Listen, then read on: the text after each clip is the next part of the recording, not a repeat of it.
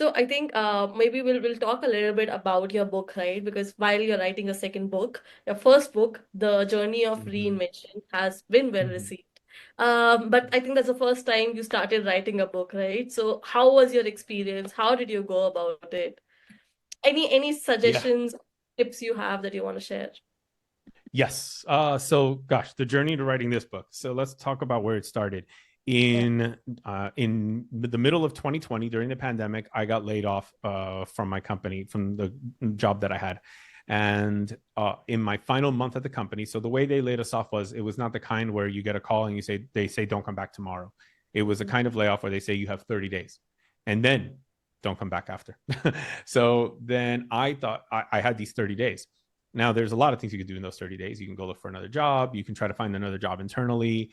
You can, your manager might not care that you've been laid off, and they might say, I'm going to squeeze every last bit of juice and value out of you that I can, because, well, that's what I'm going to do. And I saw all of those things happen. I was incredibly blessed because the director that had to lay me off, he was my manager's manager. He said, I well, first, he felt terrible that he had to do this, and second, he said, um, use the 4 weeks you have any way you want. Whatever you need to do those things. Just take the next couple of days to simply wrap things up in your role and hand them over as best you can. But you have no more, like, I'm not, you don't have to attend any team meetings anymore. You don't have to do any of that. I want you to use that time to take care of yourself, to do whatever you got to do to figure out what you're going to do after these 30 days. I really appreciated that. That was awesome. I mean, he had incredibly like awesome intentions there.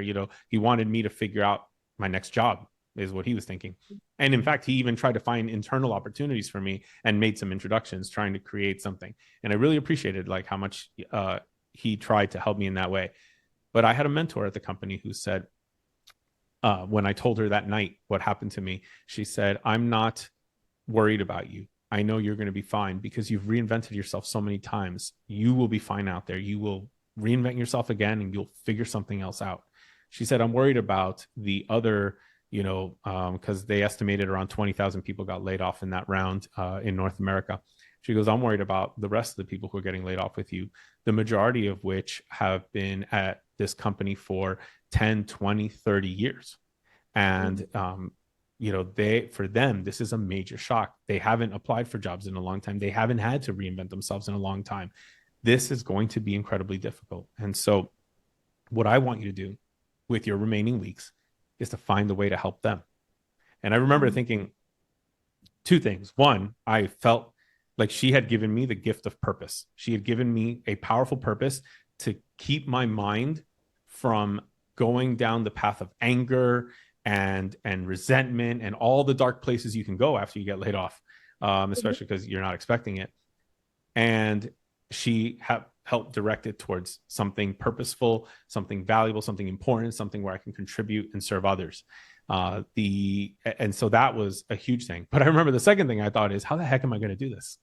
There's no list of everyone who's been laid off. It's not like I can go and send them an email and just say, hey guys, heard you were laid off. I was too. Let me help you out, or let me offer my time to help.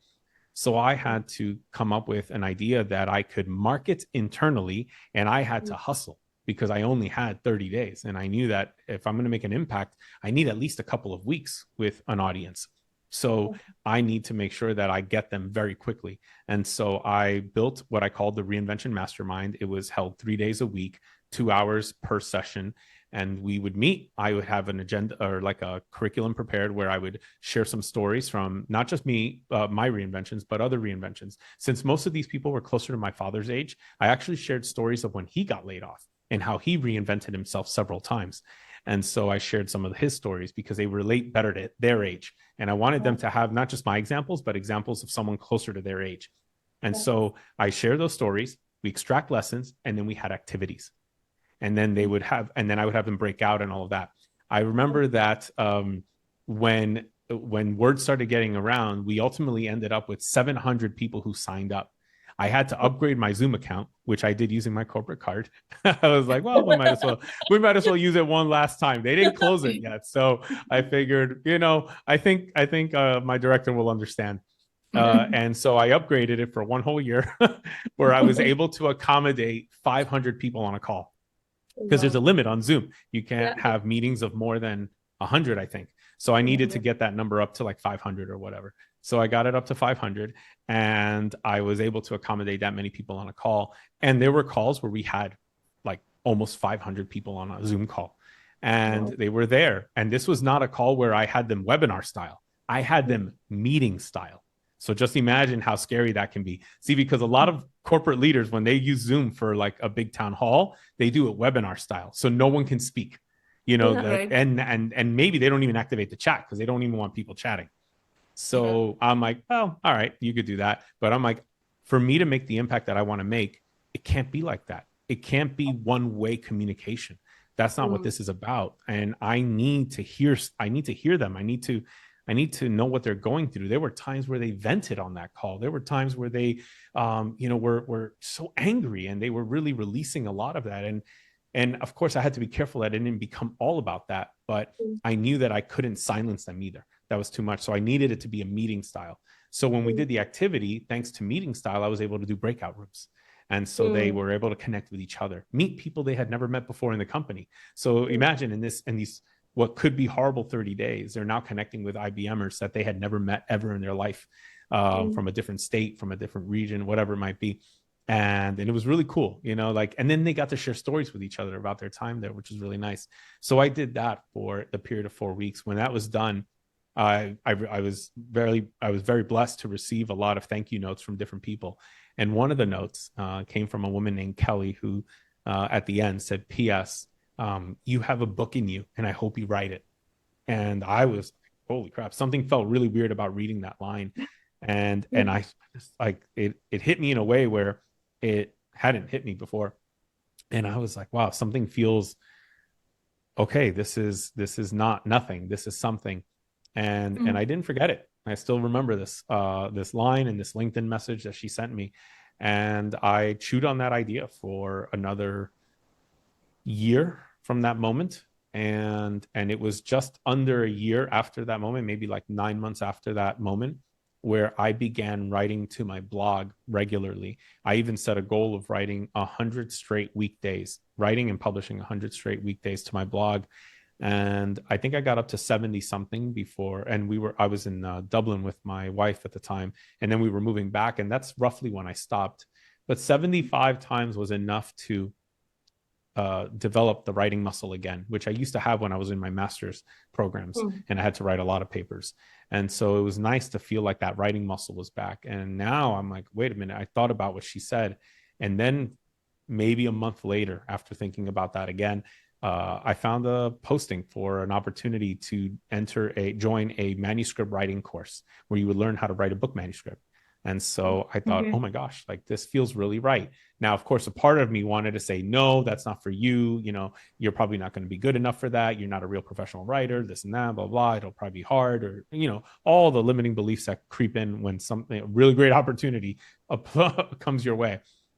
But I said, no, when Kelly wrote that line, that PS, that felt a certain way. I think, even though I'm scared of this, I think I have to just go for it and not think that hard about it. So right away, I signed up before I could convince myself otherwise. And I remember I signed up, I booked the call with the head of the program, and we had our one-on-one. He felt that, what I wanted to write about, which was this idea of reinvention, was a good place to start. And so, he encouraged me to sign up. I signed up for the program, enrolled, and began working on the manuscript. And then that manuscript eventually turned into a completed draft, and that I was able to submit to that same school that taught the manuscript writing, also had a hybrid publishing house attached to it.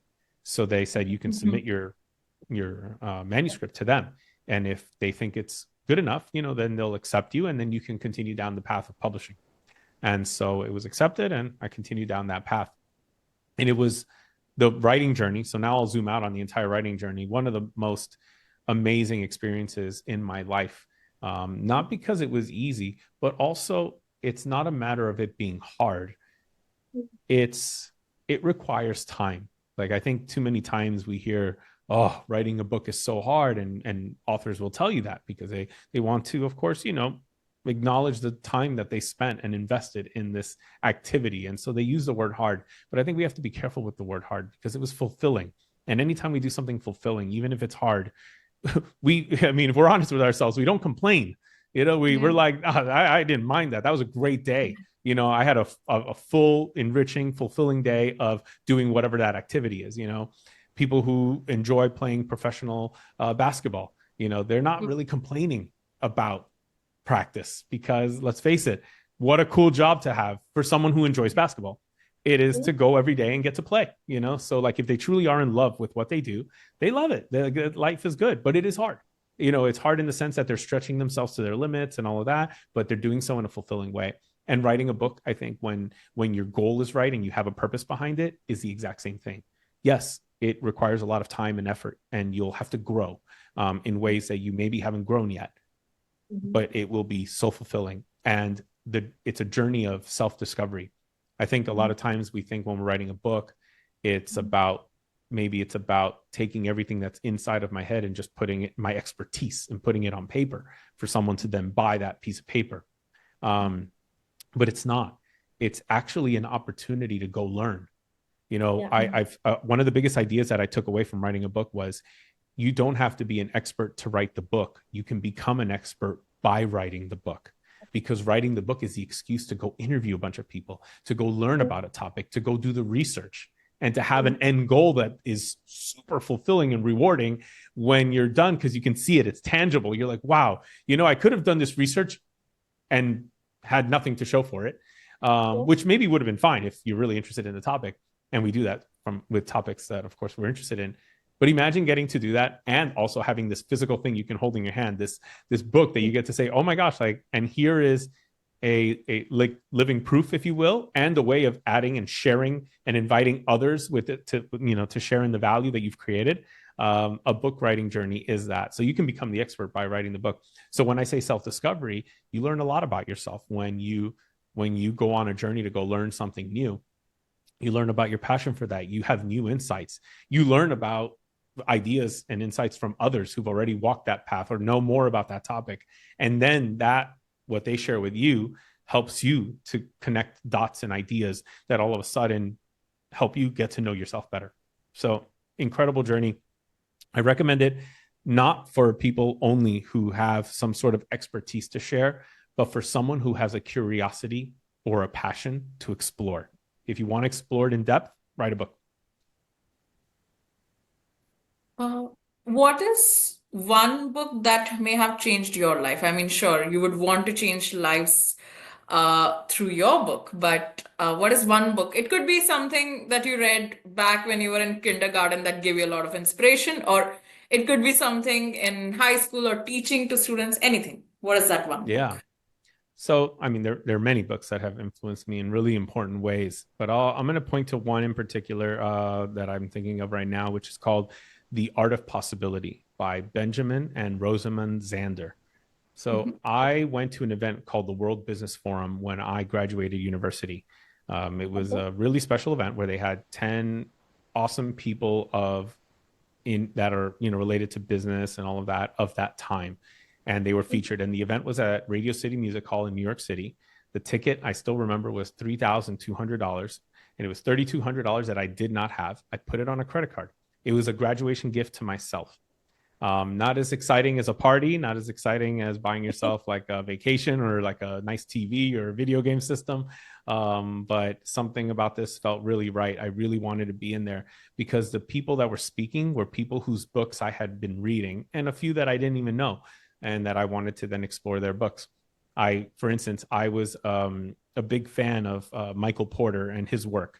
He's a professor at Harvard Business School who writes on strategy. And I really enjoyed his books, and they helped me in university when I was leading an organization, a student-run organization. His books helped me design a really thoughtful strategy. He helped me really understand how to think differently.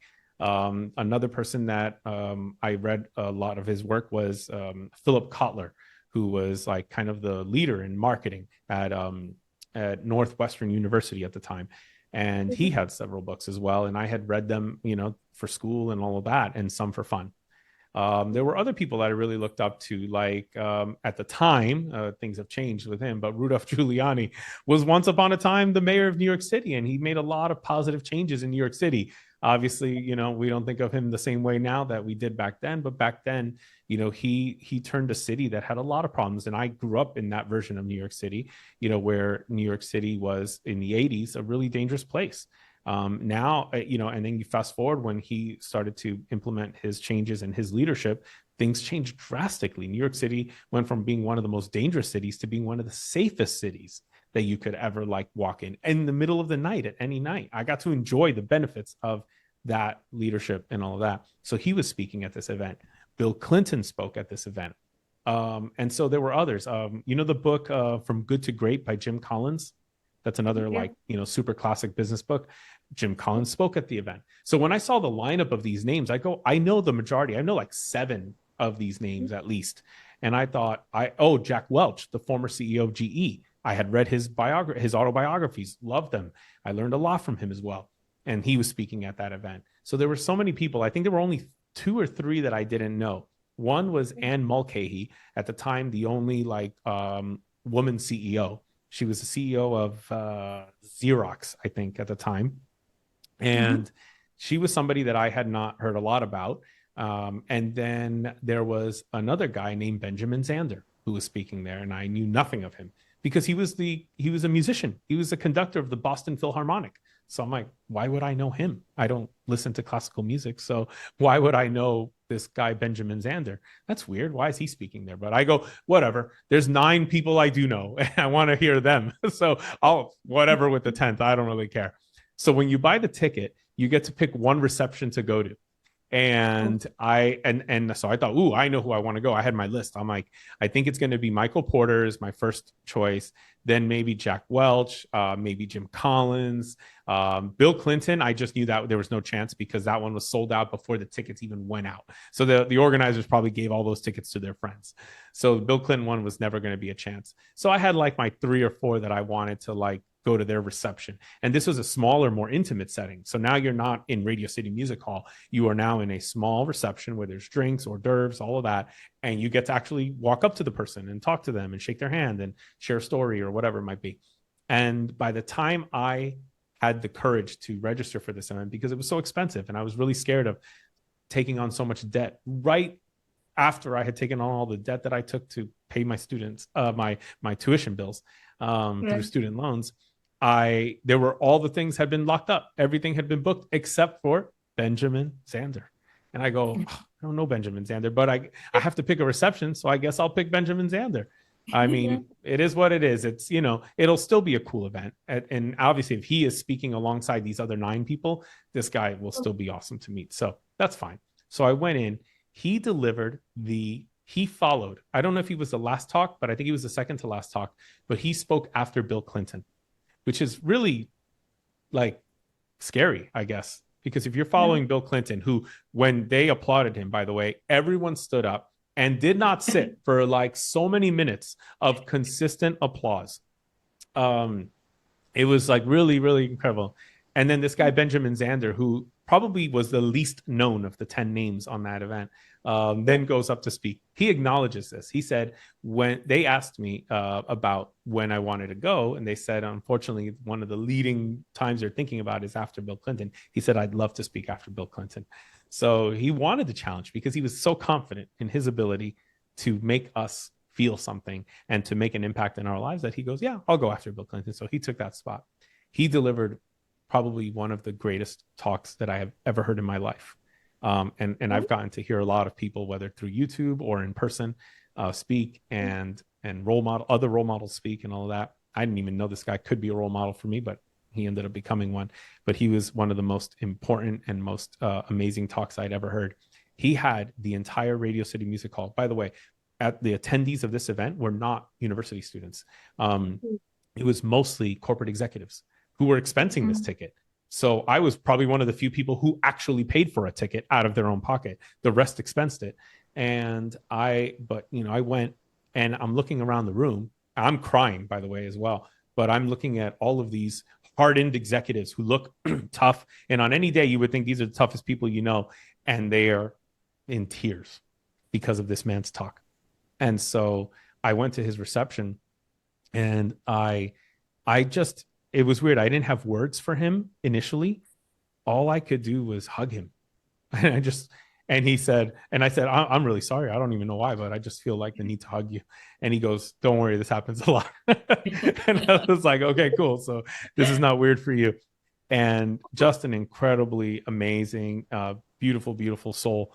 And and then, we separated, and then he said, who are you? What's your name? And then he wanted to learn about me. And I'm like, I can't believe this. Like, I am a nobody in this event. You can talk to the CEOs of who knows what companies are here right now in this room with us in this reception. And you're asking me who I am and like what my name is and all that. And I'm thinking this in my mind. I didn't say this out loud. I did answer his questions though. And so I told him who I was. I told him that I just graduated literally a week ago. And, this was my graduation present to myself. He laughed at that. He goes, this is your graduation present to yourself? Like, this is what you bought yourself? I go, yeah. And, I was super excited to tell him that. I don't know. I was really looking forward to this. And he loved it. He loved it. And then he did the thing that will make your face turn red like a tomato. He said, Roger, hold on 1 second. He kept one hand on a shoulder of mine, so he didn't let me go. And then he said, excuse me, everyone. Excuse me. And he got the entire room's attention. I'm like, no, please don't do this. Please don't do this. Please don't do this. But I had to keep a straight face because he's holding on to me. He's got a hand on my shoulder. I can't escape. And he's holding me right there. And he goes, everyone, come on in, huddle around. And he made a circle around us. And I'm like, oh my gosh, what's going to happen?